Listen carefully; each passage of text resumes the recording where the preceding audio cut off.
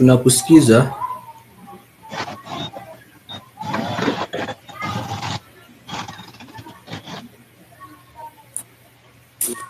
Hello. Yes. Can I speak? Yeah, continue. Thank you, Curti, for this opportunity, and I appreciate the way our brothers are actually convinced that the fight that we are actually pushing forward is for the benefit of all.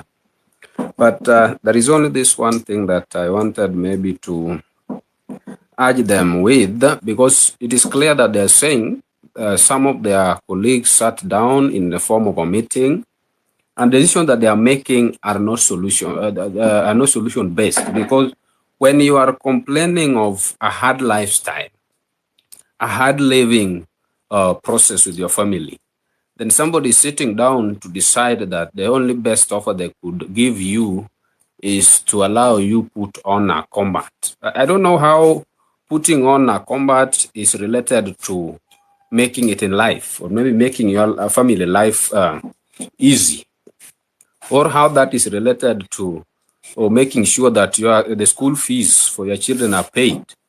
So this is the point that we need to they need to get right, and have it that it is not about these other minor benefits, but they must fight for what belongs to them first, is when those comes later.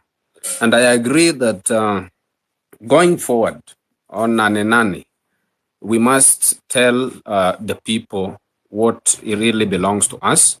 And it is high time that politicians are not going to make us beggars. That you go down, kneel on your knees, then you are given something like a token, which actually is your taxpayers' money. And then you look like asking for that tax in begging process. Those are kind of lifestyle that we are not going to live going forward. So I would urge each and every person that let these people realize that we are not here to beg anybody on how to use the resources that belongs to us. If you look at a Kenyan economy, the GDP, and you look at these other East African countries, you will realize that we can service more than 3 countries. Then where is the problem? If we can have a budget that is equal to 3 countries combined, then this is the same country that is still having issues to do with employment issues. This is the same country where you still find that people are calling for Arambes to remove or maybe pay off bills of their health issues. What is really happening? These are the key things that we must dig deep into, and this one is only achieved if our brothers whom seem to have been oppressed by government to follow protocols that are not benefiting them realizes that it is high time that we must bring it on and have a negotiation at the dinner table, not under the table. Otherwise, may God bless all of us. Okay, thank you. Hello, can I briefly... Hello, can you hear me? Yeah, you can hear you. You actually, you've just said the truth. In Kenya, there is a problem of political interference to security matters. Politicians, it is very possible for a politician to put you inside this job, this kuku askari. It is very easy, and that's those are among the grievances we want them addressed. So.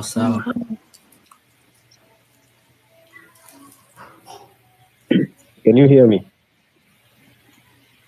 Yes, continue.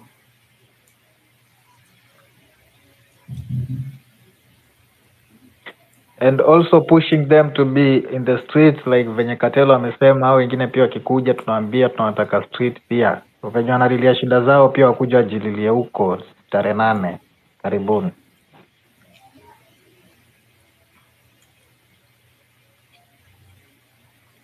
Mtu mwingine achukue mic aendelee, ama hakuna watoto wameongea hapa, nikubali request sasa.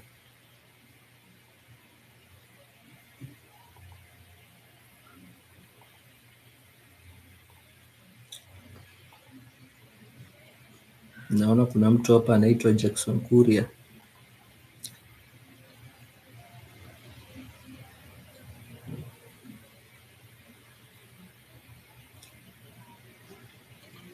Opio naona ananyosha mkono. Opio, si umeongea? Kama hujaongea unaweza fungua mic uendelee.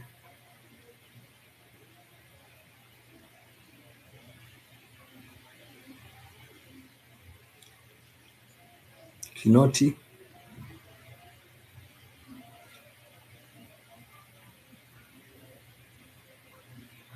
Hello, mnanisikia?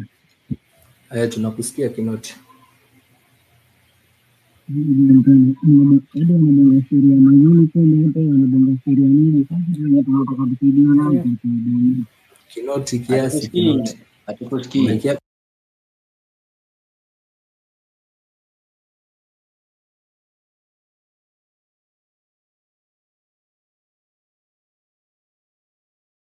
Come to the edge whereby they need to start reaping. Oparanya will not be there. He won't be there. And I think there are young people in the government, even now, there are young people in the government who could easily be given those positions and they could deliver. Okay, they could not deliver as much as we need, but they at least have tangible solutions to the generation that is coming. Mombasa's finest, is there any of the 20? Yes. Is there any of the 20 candidates who you say yes to? Out of the 20 candidates,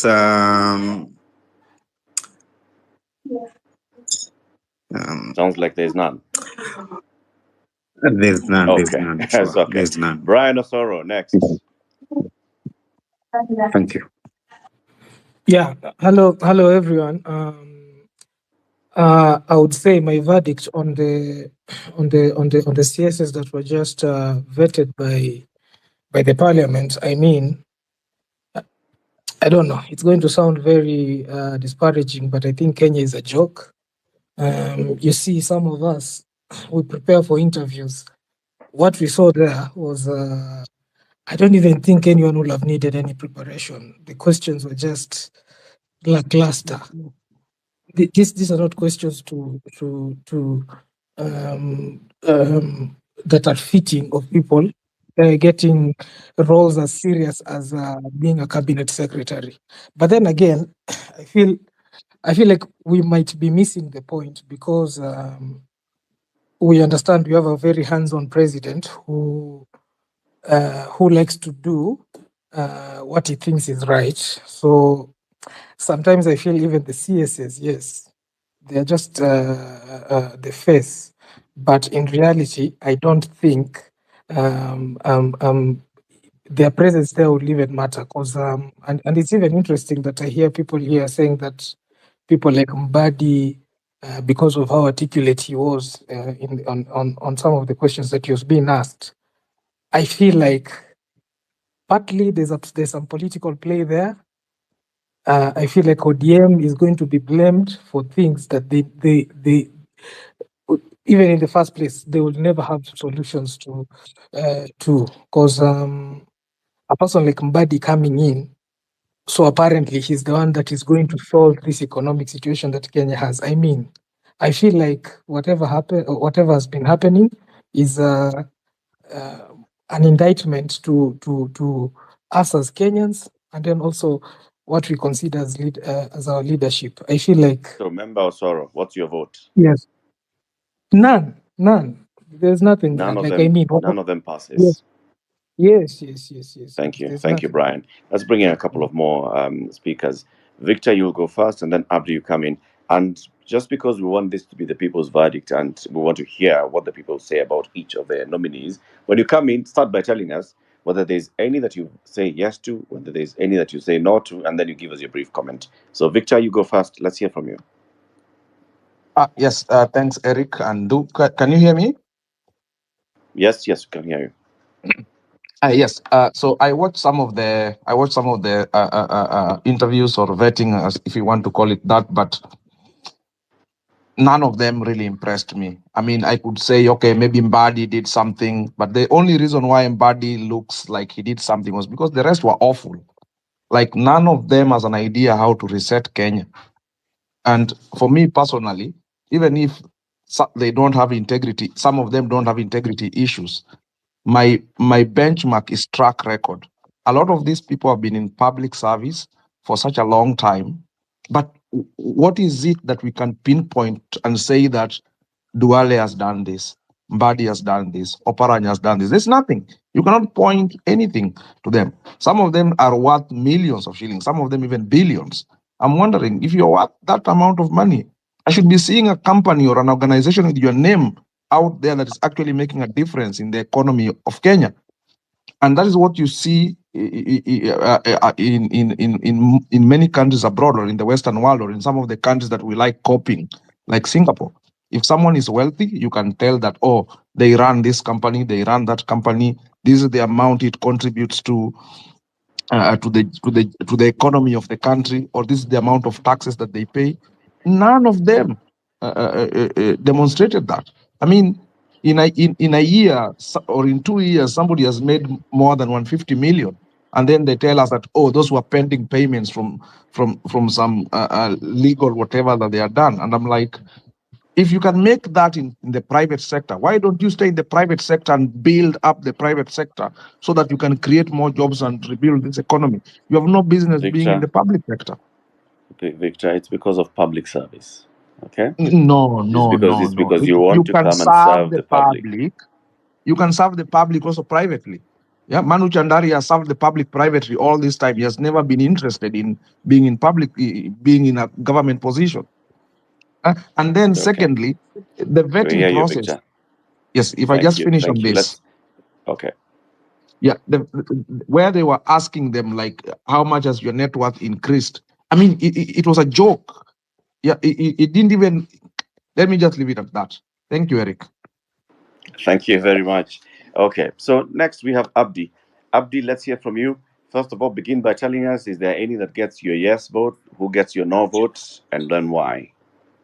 Thank you, Eric, for hosting this space. I'm joining you from Toronto in the diaspora. I'm not voting or endorsing any of the nominees. It is perplexing to seek public service roles while holding such significant amount of money. Their motivation seems unquestionable.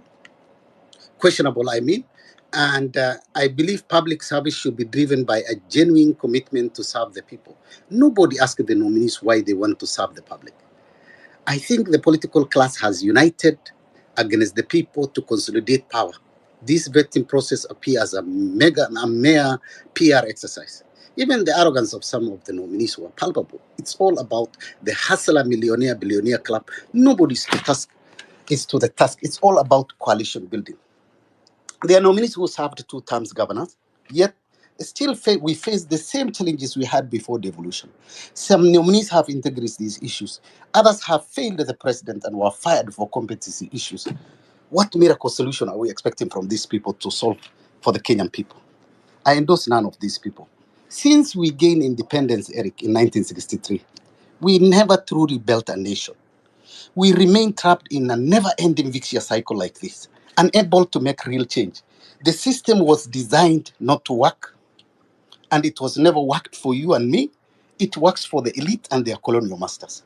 For decades, we have witnessed the same pattern: the political elites focused against institutions, failing to uphold the rule of law, society divided on tribal lines. The very structure we meant to support and grow development have instead stifled our political keeping of us achieving true nationhood. Our trouble does not stem from electing the corrupt leaders, but consistently choosing those who mismanage our resources. We need to look ourselves on the mirror. We cheer corruption, we cheer tribalism, and these people never bring food to the table. We missed the purpose of the vetting. The primary goal of the vetting was official to verify the accuracy of their financial declaration and ensure their wealth has been legally acquired. Parliament had responsibility to investigate and scrutinize such significant financial growth, particularly in the current economic stagnation. So nobody asked the origin of their wealth. No tax returns were provided. No valuation report was filled. No audited financial statement were ever produced. Everyone was quoting a figure and room for corruption. No one verified. So I will say that we need a vetting process, need a stringent guidelines and rules. The political clients have united to consolidate power, making the vetting process appear more as a public relation exercise, as I say. And this is where the problem is. Parliament, which should act on behalf of the people, appears incapable or unwilling to perform its crucial role, leading to significant erosion in trust in public institutions. With the president seemingly capturing the other arms of government, recalling MPs and holding new elections might be an effective solution because our institutions have failed. So what I will say comments, is, Abdi. I guess we'll take some more comments as we go ahead, but let's hear some of the comments that are coming in on the live chat. The whole cabinet is just a mockery of the people of the Republic of Kenya, says Richie. I mean, is it a must for someone to come back into cabinet? Bangladesh says, my verdict is that we are at a critical juncture in our nation. Appointing cabinet secretaries is not our priority. Ruto has spit on our faces with his nominees, and ODM has betrayed its followers by nominating its members. The whole vetting process has been a complete sham. Carl Calvin says the vetting process for the cabinet secretary positions was ultimately ineffective. Vetting an individual with known integrity issues, such as you mentioned, the former governor of Kakamega, undermines the credibility of the process. It is apparent that the report would likely deviate significantly from the truth. The integrity of the entire vetting procedure has been compromised by the speaker. Ed Gitonga says, when the chair of the vetting is himself of questionable character with previous credible allegations of corruption, the entire process is nothing but a sham. Anthony Muindi says, the simple fact that not a single one was asked to justify their wealth is a flawed point. Such rules should, of innocence till proven guilty, should be waived for such individuals and be barred from holding public office, says Grimba. If indeed it is confirmed that there was loss of public funds under his watch, like it's the case now, until such a case is cleared. I mean, there are quite a number here as we keep going on. A lot of comments coming in, and we can continue to come back and let's take more comments. Yeah. So as we're taking more comments, we'd like to ask if you'd like to speak. Abdi, please mute your mic. yeah, Abdi, I please just mute your mic. summarized a little bit, Eric. I'll say that that's true what all the people say. I think my solution is disbanding the current parliament and the executive branch and holding new elections, build the trust and integrity of our governance structure and to the fidelity to the rule of law. I think as a citizen, we have passed a vote of no confidence to these institutions. Thank you. Abdi says, bring the whole thing down. Let's all go. Let them all go home. This country should be closed. Let everybody go home.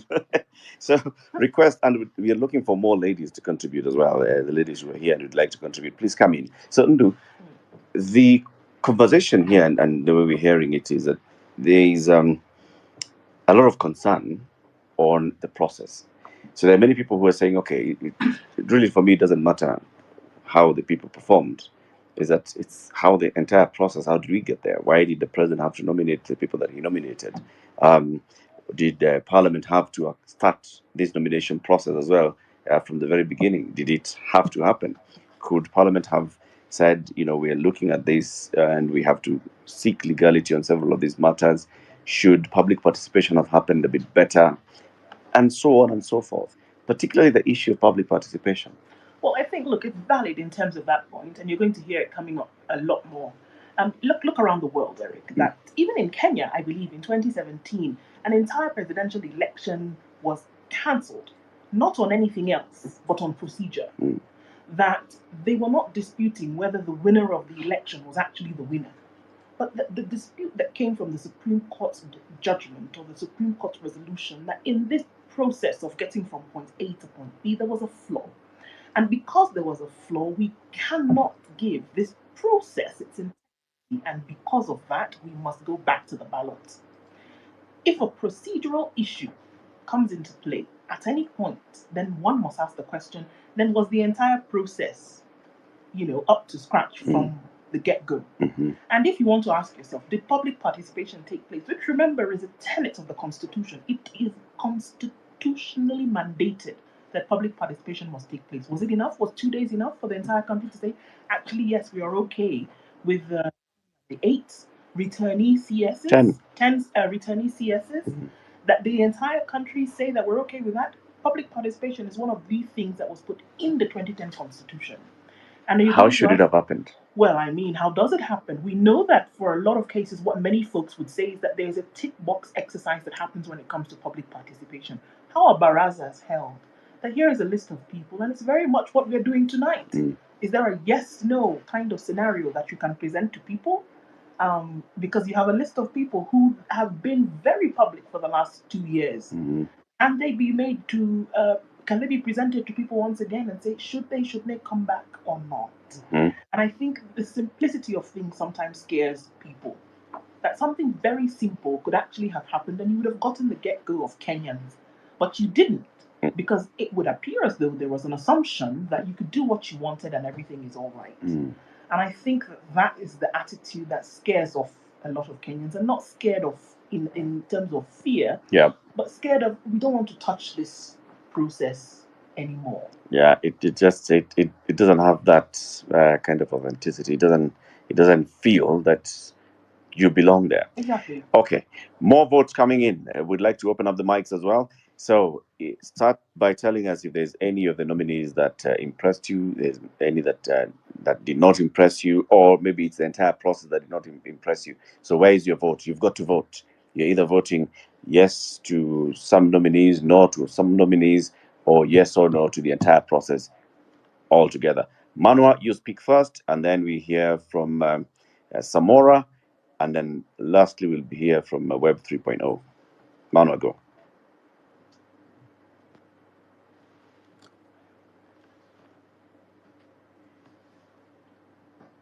Manua, we can't hear you.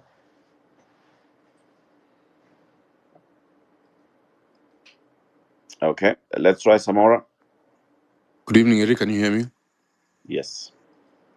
Yeah, first of all, none of them impressed me. And my justification is that I think, in my opinion, the president himself is incompetent, and Kenyans expecting an incompetent person to nominate competent people is a joke on us. I hear people praising Mbadi, and from my professional background as an accountant, there is no amount of abracadabra that Mbadi will do to change the economy of this country. If we do not go back and get the money that was stolen, the trillions of shillings that was stolen in the last regime, if we don't help people to account for the monies that were lost in the last regime, there is absolutely no magic that John Mbadi will do to turn around the economy of this country. In fact, I foresee Mbadi being one of the worst ministers of finance in this country, because he put across so much theory with very little substance attached to it. In terms of the parliamentary vetting exercise, I am extremely disappointed. I literally watched almost all of those vetting or interviews, so to speak. It was very disappointing that the members of parliament who were seated there were asking very shallow questions to people who are supposed to be making policy.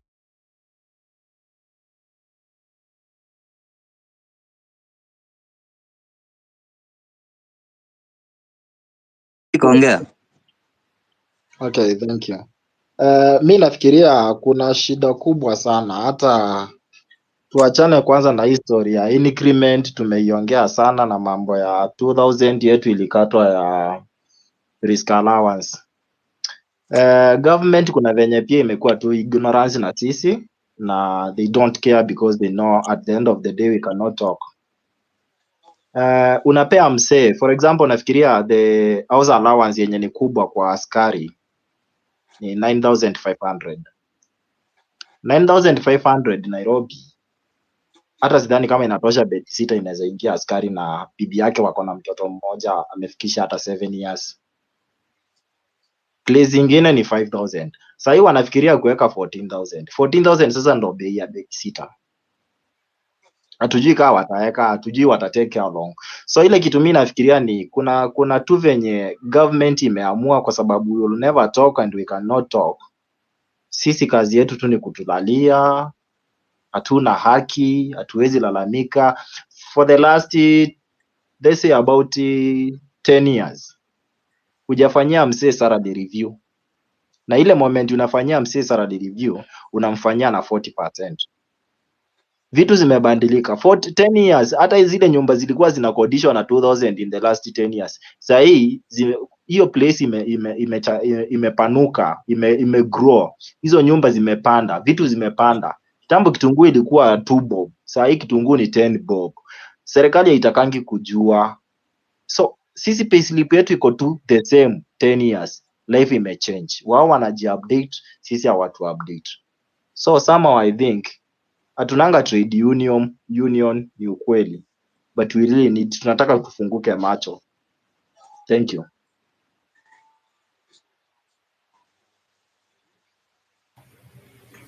Thank you, umeongea point hapo. So watu wenye wanafikiria ninio hii allowance ya askari ya housing ni 9k, si 9k. 9k yani kumaanisha ile the highest ambayo inalipwa Nairobi area, kisha tunashuka Mombasa ambayo inakuanga ni 7, I think 7k hapo. Tunashuka kwingine ambao housing ya chini kabisa askari anapokea ni 5500. I hope tumeelewana.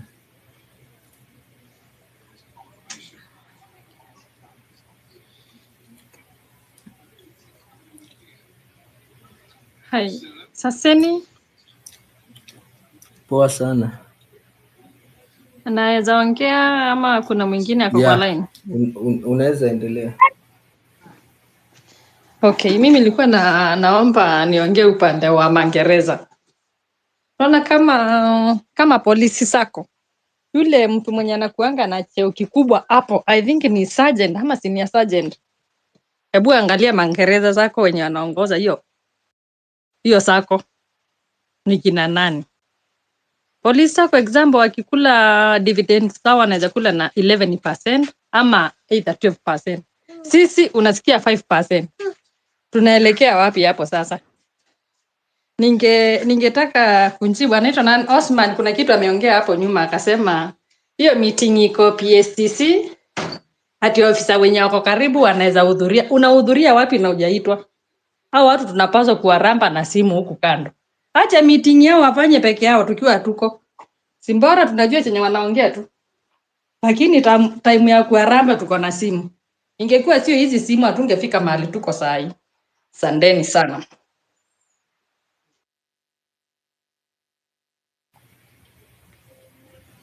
Queen, asante, karibu sana.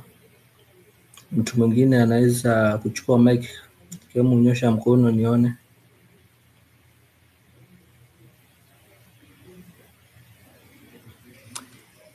Au makarao wetu mazee tunahurumia sana man. Our prison officers mazee, every time unachezagwa kabaya man.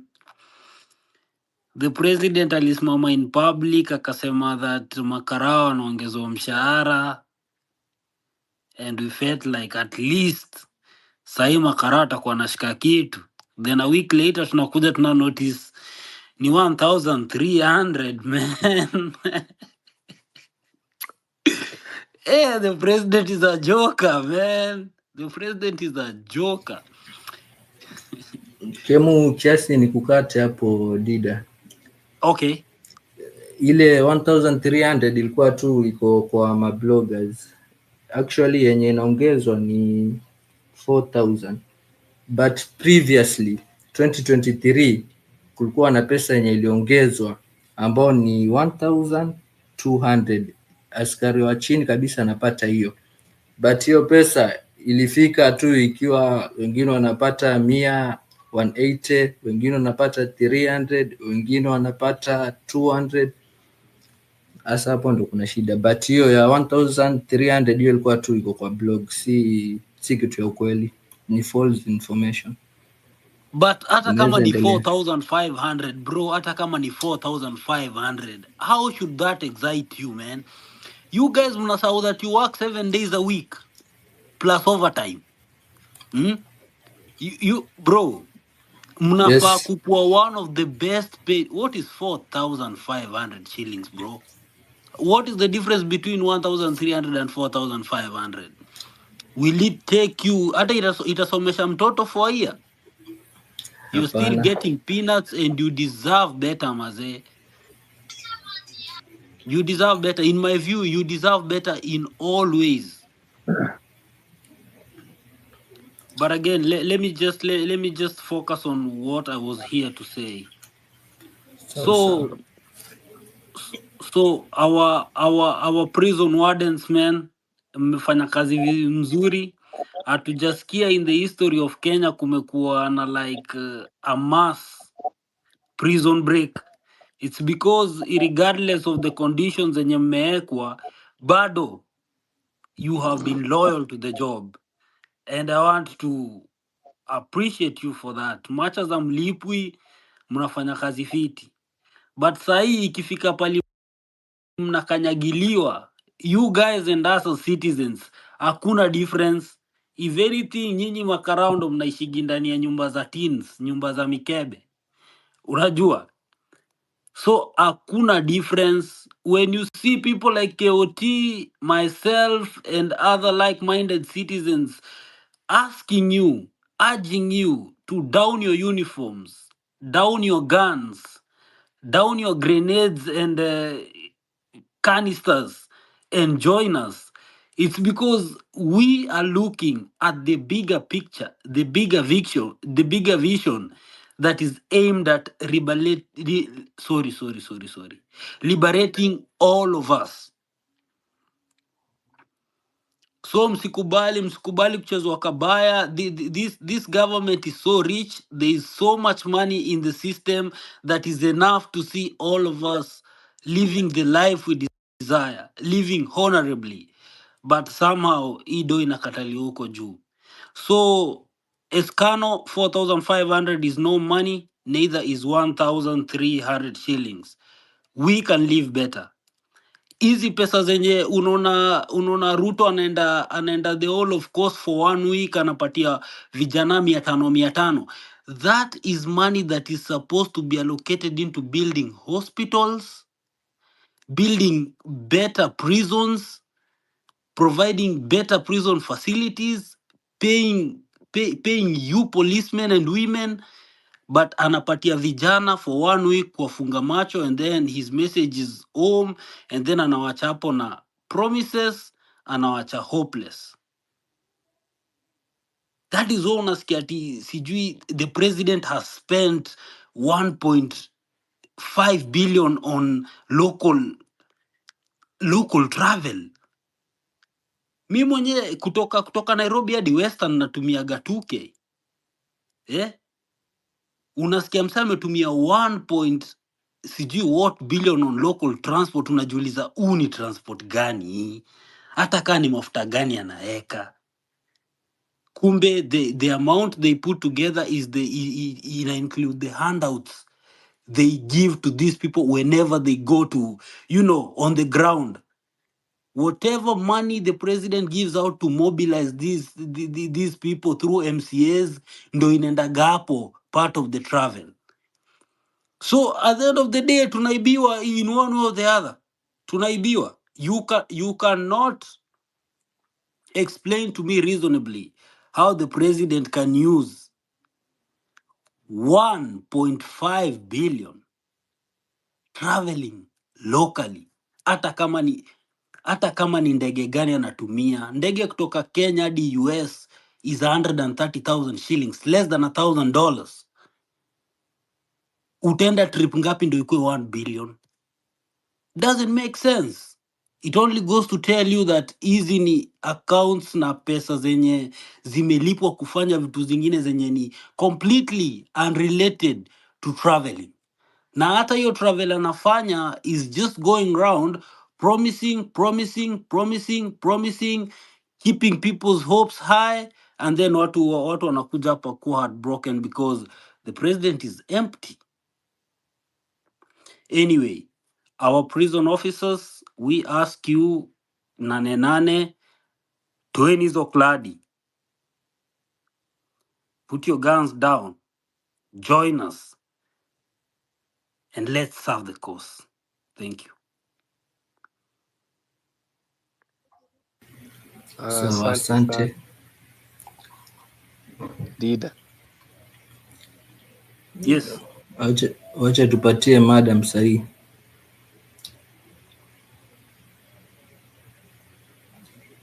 Na madam anataka kuongea hapo.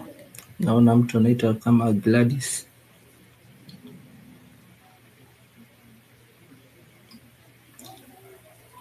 Okay, mi kwangu sikuwa na haraka, lakini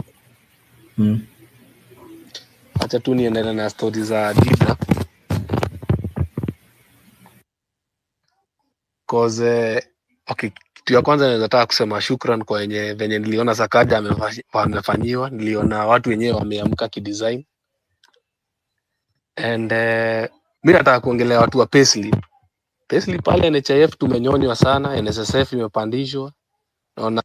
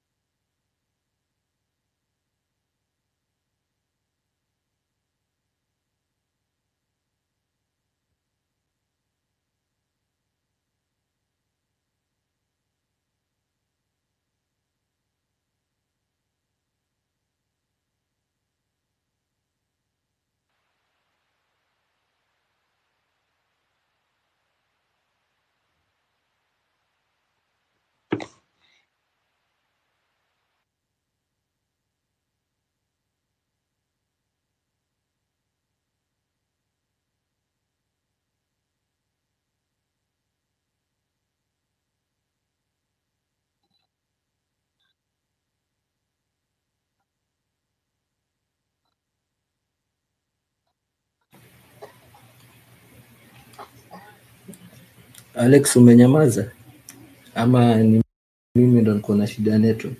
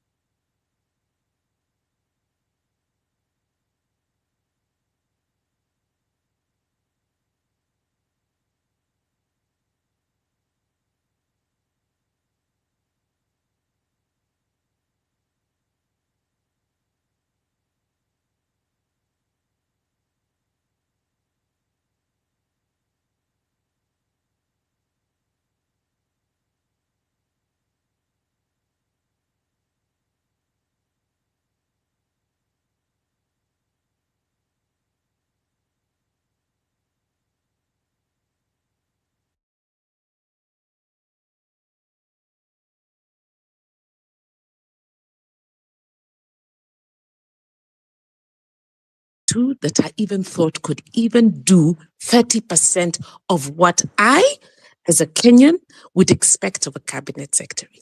So the entire 22 out, completely out. All right. So I want to keep it short. I have other comments, but I think many people have commented about, various things. I want to keep it very short and pass on my time to somebody else. Thank you. Asante sana. Eunice? Good evening. Thank you so much. I hope you can hear me. Yes, we can. Now, mine is, it's actually similar to what the lady has just said. The process is fraud. How do you say you have vetted people? And somebody says that my net worth is 2.3 billion, and you don't even ask, how did you make the 2.3 billion? Which industries do you own in Kenya? We are in business. I am an entrepreneur.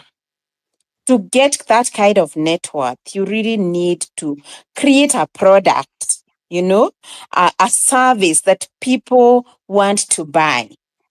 Number two, I think the whole system, our system is completely rotten. And whether it is that young man who is 32 years old, whether it is us who are here, you get into that system as it is, will be corrupted.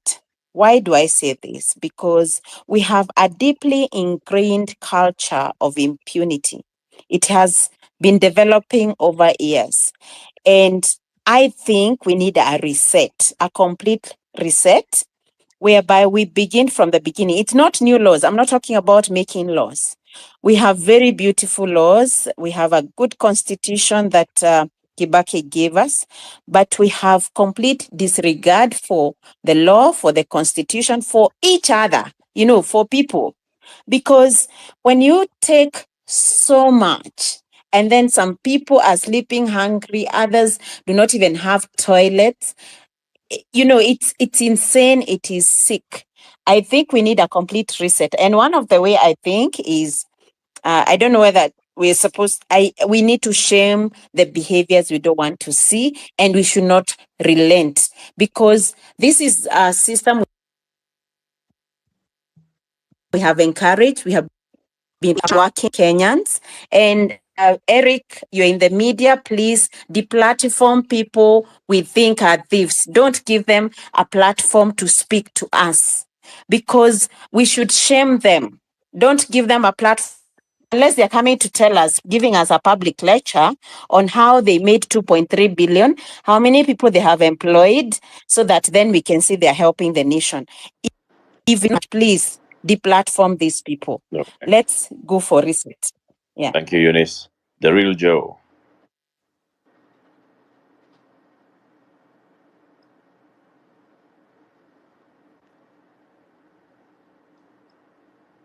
Joe, are you there? Yes, I'm here, Latif. Thank you very much for giving me the mic.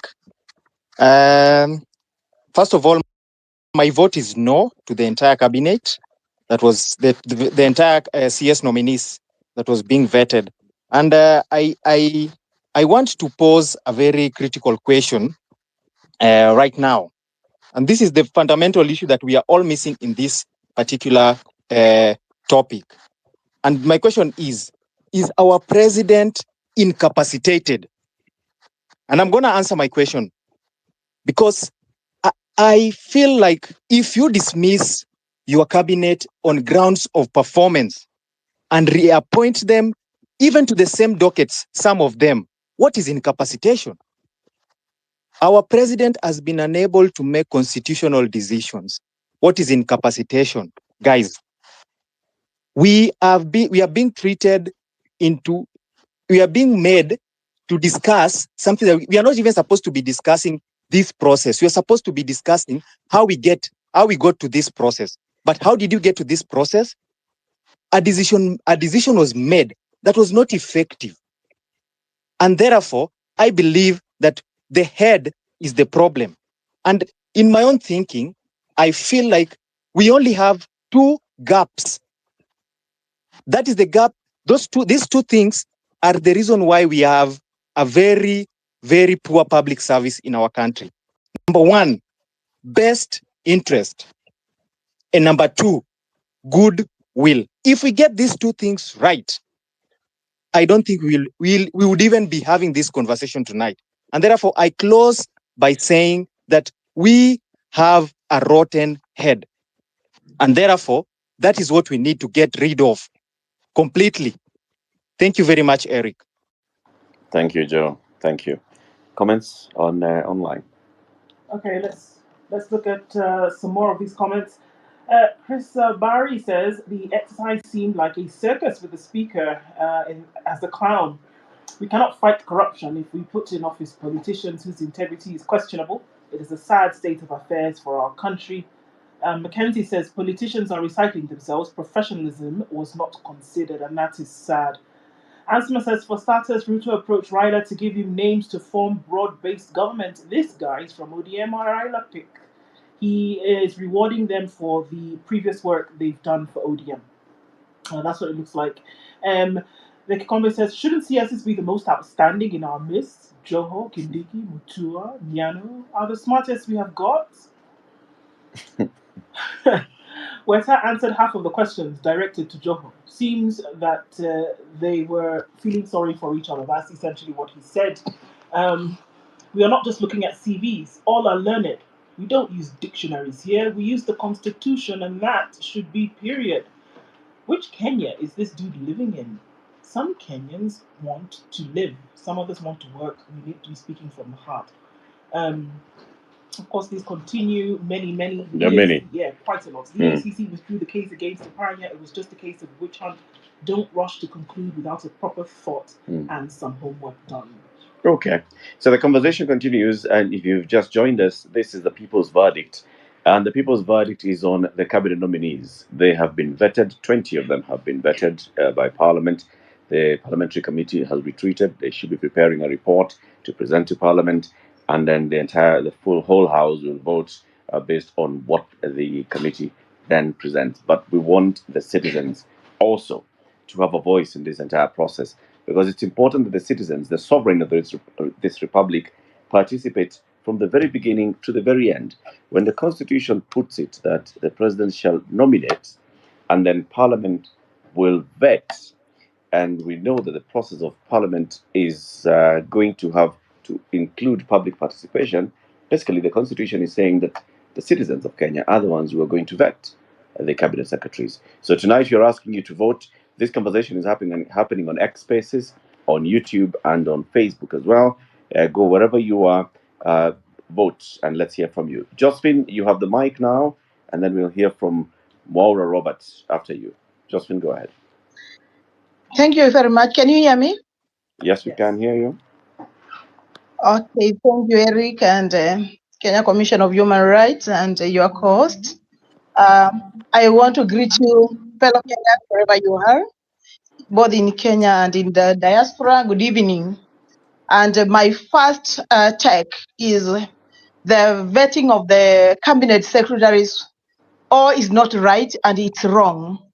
And why I am saying that, it's because of one thing. For us, first and foremost, to eradicate whatever is happening into our nation, we need to remove the rot in our minds that if Eric commits a crime and I don't like Eric, that Eric is wrong. And if Josephine commits the same crime which was committed by Eric, and Josephine, I like her, that is not a crime. And that is something I've even, when I've been listening keenly right now, I've just picked such things from some of the speakers as we are speaking. Now, if it's a crime no matter who commits it. And the moment we stand on that ground, we will be cleaning our country clean. Second, I don't even see any reason, for whatever reason, why we should recycle a person who is early taking pension, receiving his pension after retiring as a governor, and then is now reappointed again into office to continue drawing money from the public. Yet their net worth is so many billions of money or millions of money, yet we have another citizen who is equally qualified and doesn't have anything, and we need them to be in office to run this country, and they can run better. One thing we need to tell ourselves the truth is, if you have not done, you have been in an office for 10 years, there's nothing you can continue changing in that particular office in other 10 years or other 5 years. And we need to come out clear and amend some of the Labor Relations Acts in our constitution, so that any person who is on retirement should not be appointed in any capacity to work as a civil servant unless he is appointed just to guide as a chair. to guide those in those departments. And that's the only time we shall say at least we are moving. Otherwise, if we remain like this, then we will continue suffering. We will continue crying that there are no jobs, because the people whom we put on top there, they are not reasoning. They are just there because I was awarded to just go and continue looting and looting and looting day in, day out. And they are not willing to think.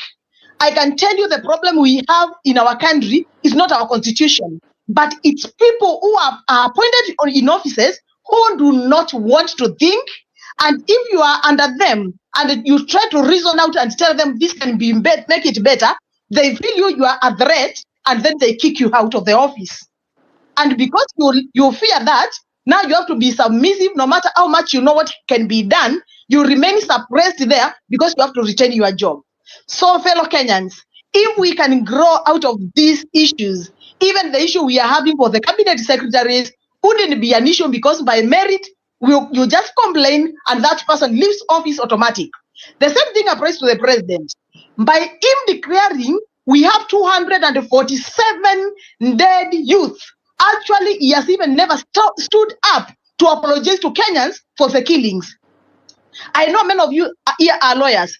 The truth is that a treason, the person who commits a treason offense, a treasonous offense, it's most probably the person who triggered the treason to happen, but not the victim of committing the treason, but whoever triggered it. And if you are the one who have triggered it, the president, if they send treasoners have been committed in this country, he is the one who committed the treason. And he needs to rectify that, but he has never seen that. He has never seen the importance of that.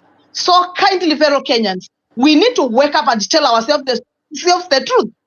Because if we can sit down and watch over 247 people have been killed, and the president has not stood to apologize to Kenyans, he has not even bothered, then we need to tell ourselves, actually our constitution, the president is supposed to be a symbol of unity. He is no longer. He is only servicing his interest, and we need to come out as nation and tell him, pack and leave our office.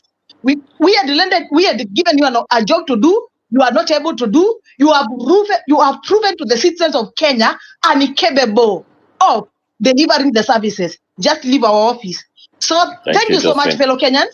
Let's wake up and do what is supposed to be done. Thank you. Thank you, Josephine. Maura Roberts. Yes, thank you. You can hear me? Yes. Okay, thank you. Yeah, me, first of all, I want to say that I approve Nane. The whole was just like nothing but a drama.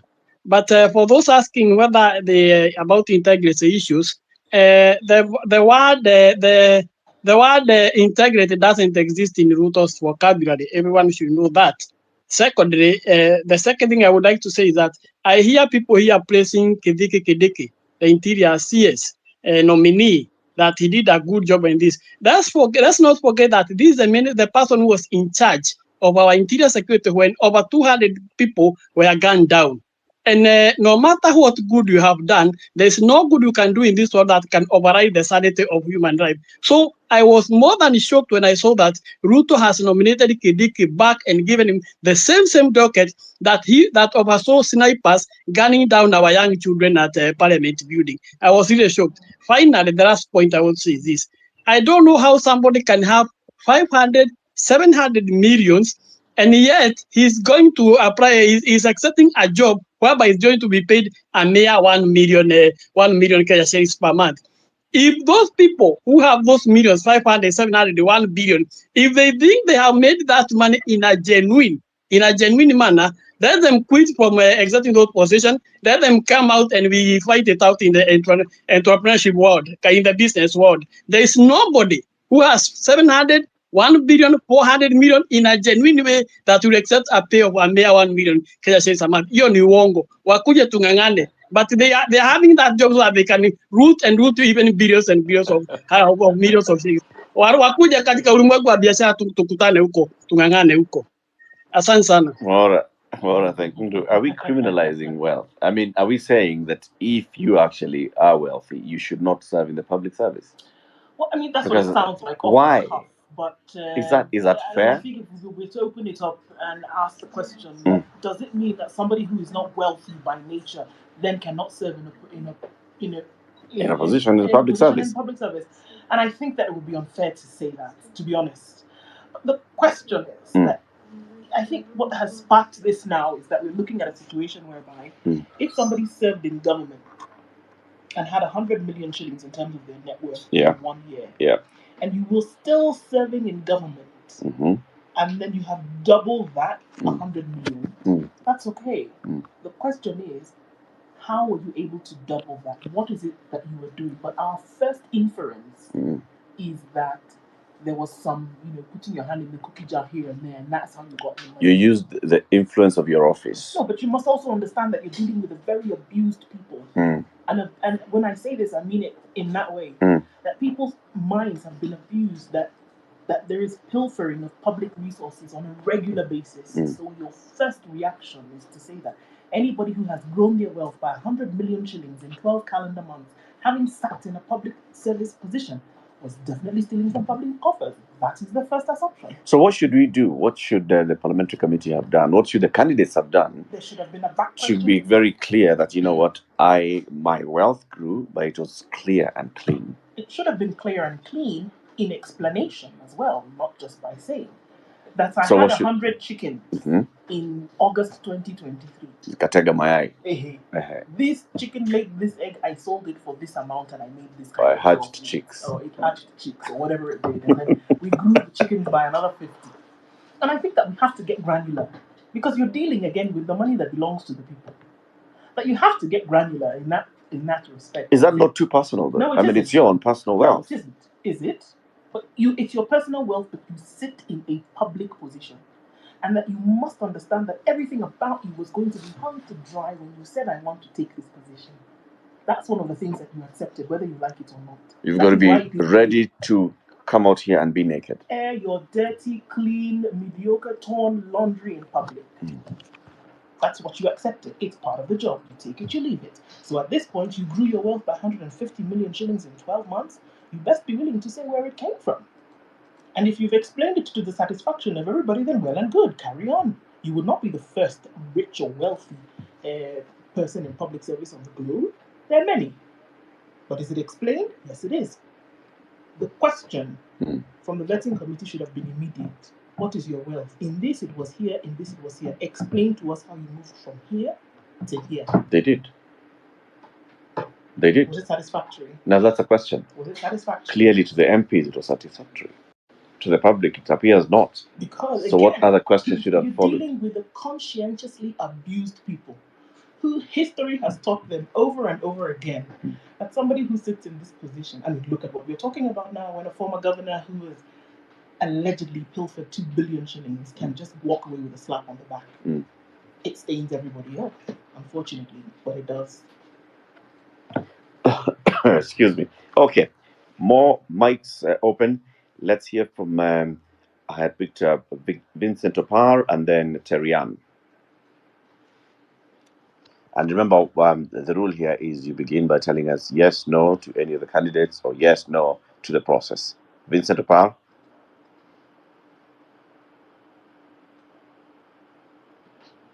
Vincent is not ready. Terian, are you ready? Hi, can you hear me? Yes, we can hear you. Go ahead.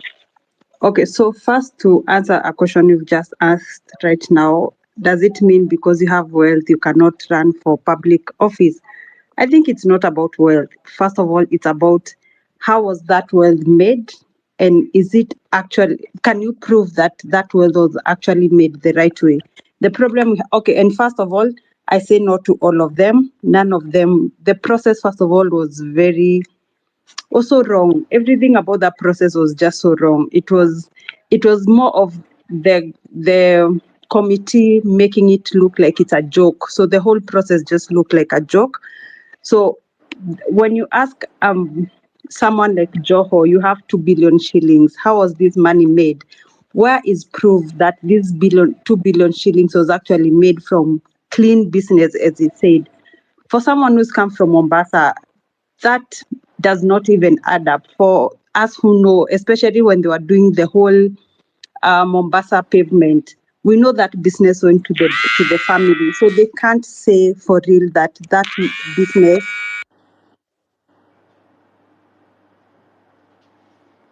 business. So for me, I say no, and it's not a. Terian? How was this wealth made? Yes. I think there's Can you hear me? There's an issue with your connection. Yeah, we can hear you now. Let's try again. Oh, sorry. I'm saying for me, it's not about the wealth, but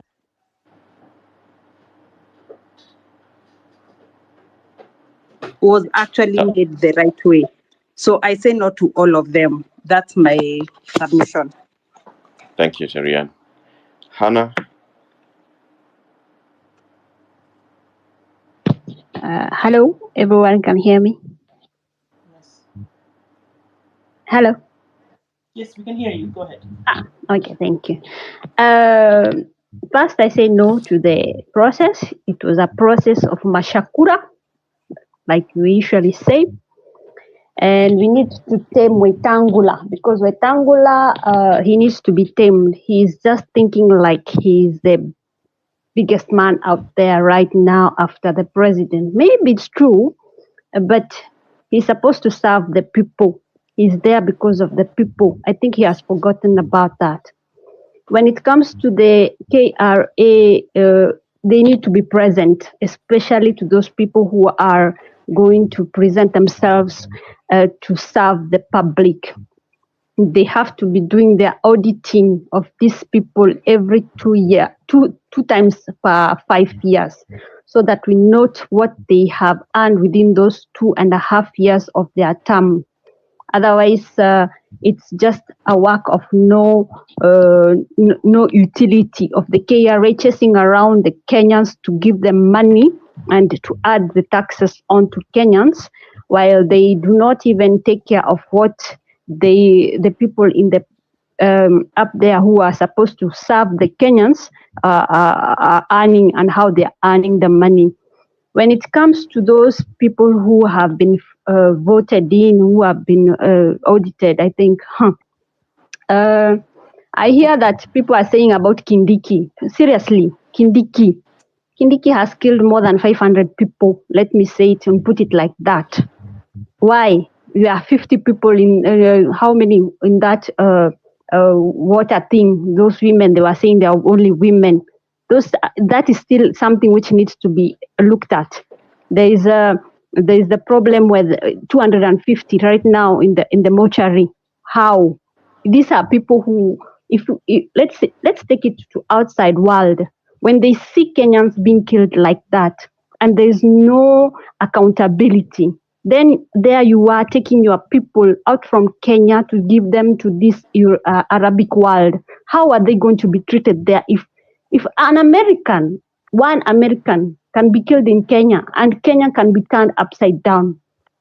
How come 500 people are dying in Kenya and there's nothing to be done? Nobody has been taken in.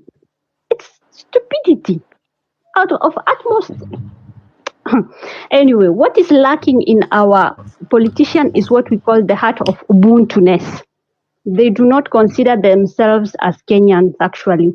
They consider themselves as much superior being than the Kenyans themselves and the Kenyans they serve.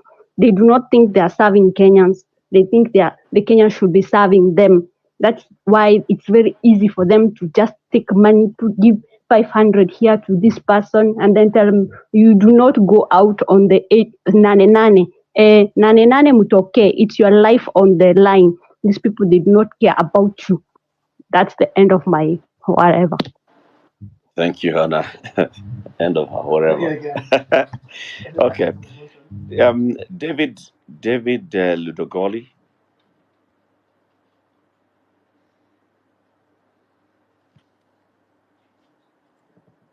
And if David is not ready, can we hear from Mzee_Aling?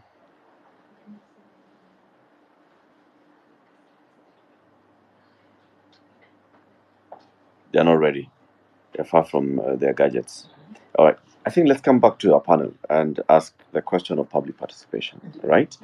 Because just going by the decision of the Court of Appeal on the matter of Finance Act 2023, and the threshold of public participation, the expectation of the law and the constitution on public participation, the expectation on based on just the values of governance in the country. Was there adequate public participation through this vetting process, right?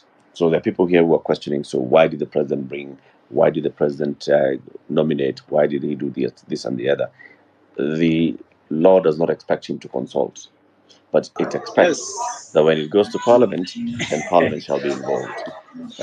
Who's this who's now coming with noise? David, you're out of order. So was there a sufficient and adequate public participation? We want to hear from Martin Mavenjira, who's a senior policy program advisor at Kenya Human Rights Commission, and then Dr. Kawiva Wambua as well from Inuka Trust. Was there adequate public participation, and what's that threshold? Martin, if you're here, let's start with you. Thanks, Eric. Thanks, Eric. So just in response to your question, I think when you look at the 2010 Constitution, it really sets a very high standard for public participation. And that is premised on the fact that the framers of our Constitution thought it important that members of the public or even citizens of Kenya should be consulted on matters that would directly or indirectly affect them. Now, when you look at the appointment of cabinet secretaries, these ideally are public officers who should be able to serve for the goodwill of all Kenyans. They should be able to advance, they should be able to advance good governance principles, the rule of law, the realization of a Bill of Rights, and that is why the Constitution sets a very high standard when it comes to matters public participation. And like you rightly mentioned, yes, the Supreme Court actually annulled, made a landmark decision last week. And part of the argument of this project was that there was no robust public participation. So back to this aspect of, the appointment of the vetting of the cabinet secretaries. In my honest opinion, Eric, there was no robust public participation. In fact, if you look at if you look at the high standard that the Constitution sets on the government of the day, in as far as public participation is concerned, you would realize that there was no significant effort that was made to actually sensitize Kenyans robustly. That we actually reappointing a cabinet secretary, and that may explain why there was not a massive magnitude of submissions in as far as the appointment as concerns. But be as it may, the committee received a significant number of submissions challenging the suitability or the credibility of most of these nominees. And your guess is as good as mine, Eric.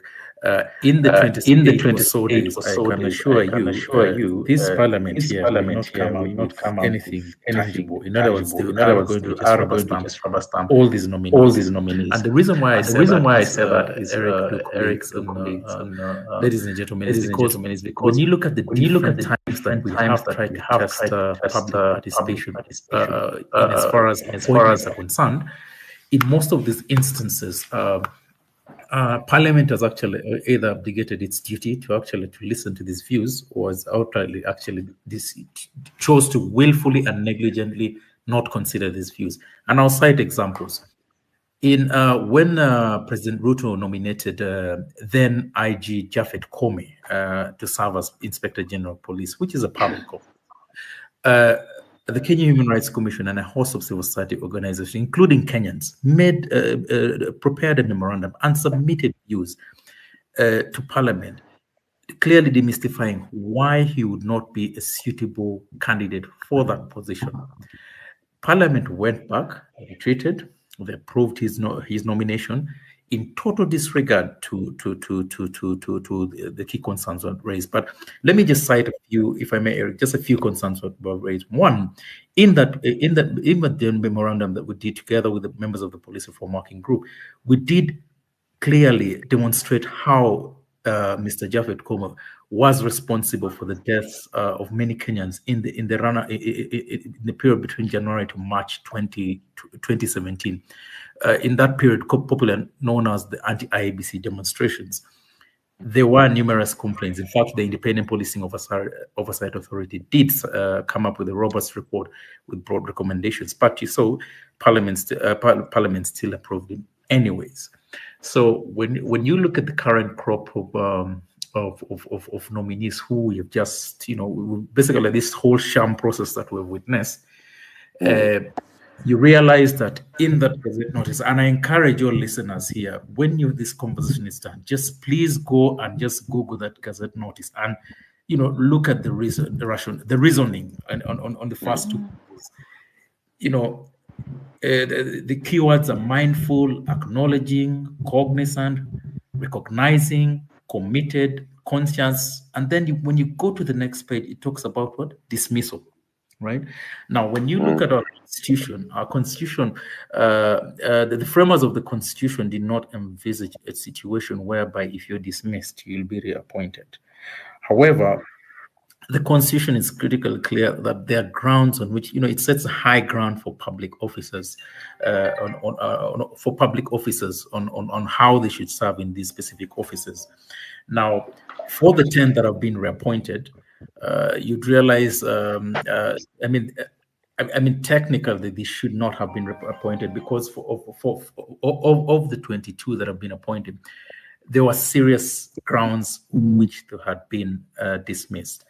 Now, I'm happy to inform the audience that as of today, as we speak, there are about 12 human rights activists and Kenyans of goodwill who have actually filed a petition challenging the appointment of about 4 or 5 of these nominees. And I'm certain, actually, the proper framing of the petition should be even bordering around the reappointment of some of these 10, because you could clearly see from this entire process, we're just being taken around in circles. It's a sham. It's a waste of the trust that it's actually an abuse to most Kenyans who have actually willfully voted for some members of parliament who have been appointed, who have formed this committee, and now they have actually abdicated their duty to the Kenyans who elected them.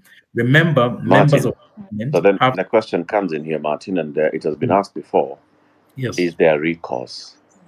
For the very many people who have contributed tonight, and many who also are posting their comments here on the X Spaces, on Facebook, on YouTube, and they're saying that they felt that the process was not as it should have been. What's the recourse? Thanks, Eric. There is actually a recourse, and I encourage Kenyans from all walks of life to actually challenge the appointment of these suspicious characters in our courts of law. On many instances, our judiciary, or should I say our courts of law, have come in to vindicate us on some of these, strange, or should I say repugnant or policies or positions or processes by government. And I'll just cite an example. We all remember here when we started the BBI journey that sought to actually amend 78 provisions within the Constitution of Kenya. We all know, or some of us may not know, that to amend a key constitutional provision, you need robust public participation. You actually need to have a referendum. So the long and short of it was, Eric, colleagues, is that we all saw that the Supreme Court actually vindicated Kenyans and sided with what many Kenyans wanted for. So, in as much as Parliament may abdicate their duty, which is quite unfortunate, because remember, members of Parliament have a social contract with Kenyans. They are voted to serve for and on behalf of Kenyans. They are not a gift to Kenyans, because Kenyans actually exercise their constitutional right to vote them, to lead them for a certain period of time. There are actually 2 recourses for Kenyans. The first one is the courts of law. The second one is, come 2027, I encourage all Kenyans to reflect on the performance of their members of parliament and decide whether they want to still have them, serve them after 2027 or not. And that also applies to, by extension, to the head of state. I'll leave it at that, Eric. when we look at representatives, members of parliament who essentially stand for the people, because that is how your representation is voiced, Martin. And I also look at a court of law whereby something called cross-examination happens, and you can come back and ask particular questions. Would the way to be fully think about recalling your member of parliament if this individual does not represent you in the way in which you would hope? I think yes, colleagues.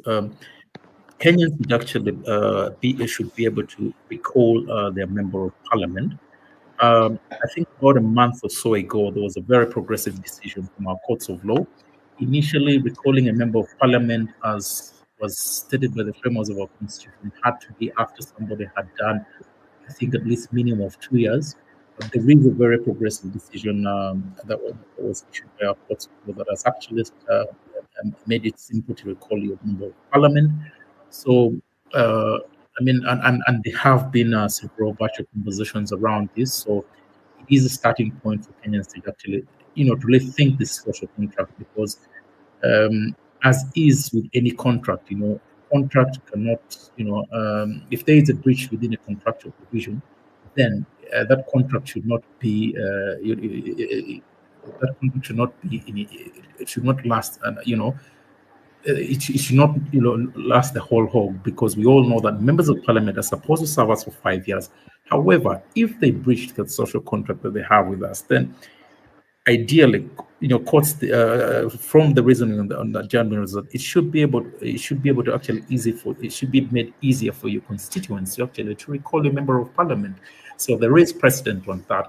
And the only stumbling block that we have right now, Eric, which is actually a creature that has been created by our members of parliament, and also by extension the executive, is we don't have commissioners for the independent electoral and boundaries commissions. So as things stand right now, in as much as you would require IEBC to recall your member of parliament, you still need them, a fully constituted IEBC, to actually elect to conduct a by-election of some sorts. So we are actually in this precarious position because, again, the parliament seems to be acting as an extension of the executive, and yet, the constitution creates 3 arms of government: the executive, the legislature, and the judiciary, which should all exercise their mandates independently. But unfortunately, that has not been the case. In fact, the judiciary, as I must say, has done their bit in trying to exercise their mandate. But unfortunately, members of parliament have abdicated their duty to their citizens. And by doing that, they have breached the social contract that we have. Okay. Before Dr. Kawiva Wambua comes in, let me read a couple of comments. Wayua Muli says the easiest way for Kenya to resolve herself is to recall all MPs and start from scratch. We need a functional IEBC for that. So could we get ahead with that? I've seen Professor Kivuta Kibwana has, put in a couple of comments here. First of all, just telling us what happens when you get into public service. All public and state officers, particularly state officers, you declare your wealth, and is what you submit. I'm going to get that comment shortly. But also the other one that Professor Kivuta Kibwana had posed there was a question, troubling question. Many of the nominees were stating that what they would do if approved without recourse to basing such on the manifesto of the parties in government and without recourse to existing government policies. Are they anticipating a change of manifestos and policies? But each one of them was just giving their opinion. I think what we need to do is this and the other. But yeah, are they coming to continue implementing the Kenya Kwanza Manifesto? And what does the Kenya Kwanza Manifesto say about what they're doing? Right? So that asks that question. Yeah. So hold on a minute. What exactly was going on here? I'll get the other question by the other comment by Professor Kivuta Kibwana as we continue. Kawive, come in, Dr. Kawive Wambua from Inuka Trust. Yes. It is again just that basic question of the public. Many are feeling that this process is a sham. It is not representative. what should have happened to make people feel confident with this process? What is it? What are the key ingredients that they're saying it's lacking? Eric, thank you very much for that question. And the first issue we need to deal with as a country, and looking at the question of public participation, is there a framework set out from the principles in the Constitution, a framework, an administrative framework of ensuring that public participation meets both the threshold and the requirement of the law? In Parliament, no, it is not there. Are there guidelines for government ministries and departments to carry out public participation and a law passed to the same effect? No, it is not there. The law that was proposed by, I think it was Amos Wako in 2019, is still a draft. It has never been passed because the idiot's, I want to call it idiot's argument by Parliament and by other institutions is that public participation is expensive. And therefore we are in this country where, in my view, there has been no sufficient or effective public participation on this issue. And if this matter, if this nomination or vetting, I don't know whether it was vetting or passing process, is taken to court, it cannot survive.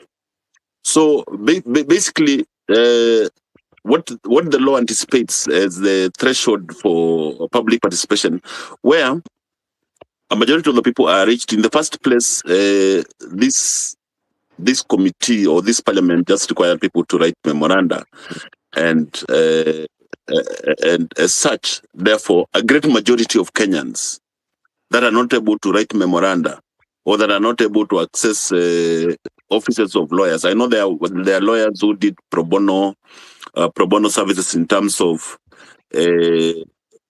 swearing affidavits for Kenyans who are giving memoranda were there, but that the access of that service, even if it was pro bono, was limited. It's the requirement by government, by the parliament, therefore, and therefore its committee, that they should have developed, customized, and implemented a framework where every Kenyan has got an equal opportunity to present a memorandum or to present their views on the candidates that were being presented.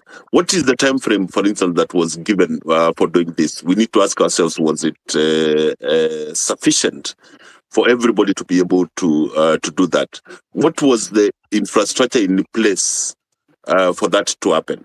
And therefore, the actual answer to the question whether there was public participation, sufficient public participation, is no. But let's also be realistic that our government or the people in power expect public participation to be when you attend a rally and then you listen to them speaking. Now you have participated effectively. That kind of shenanigans needs to stop. We have three fundamental issues in the Constitution that we need to deal with respect to how this process has gone. The number one for me, and it relates